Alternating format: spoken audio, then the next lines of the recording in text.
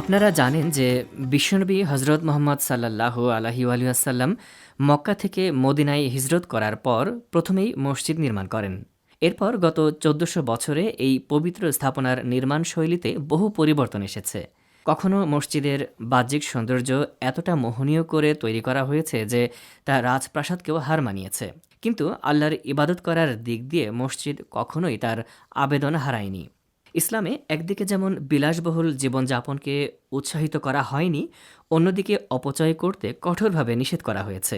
সেই সঙ্গে এই ঐশী ধর্ম সাদাসিধে জীবনযাপনকে উৎসাহিত করেছে। মুসলমানরা ব্যক্তিগতভাবে এই সাদাসিধে জীবনযাপন করলেও আল্লাহর ঘর তৈরি করার সময় সেটিকে সাধ্যমতো সুন্দর করে নির্মাণ করার চেষ্টা করেছেন।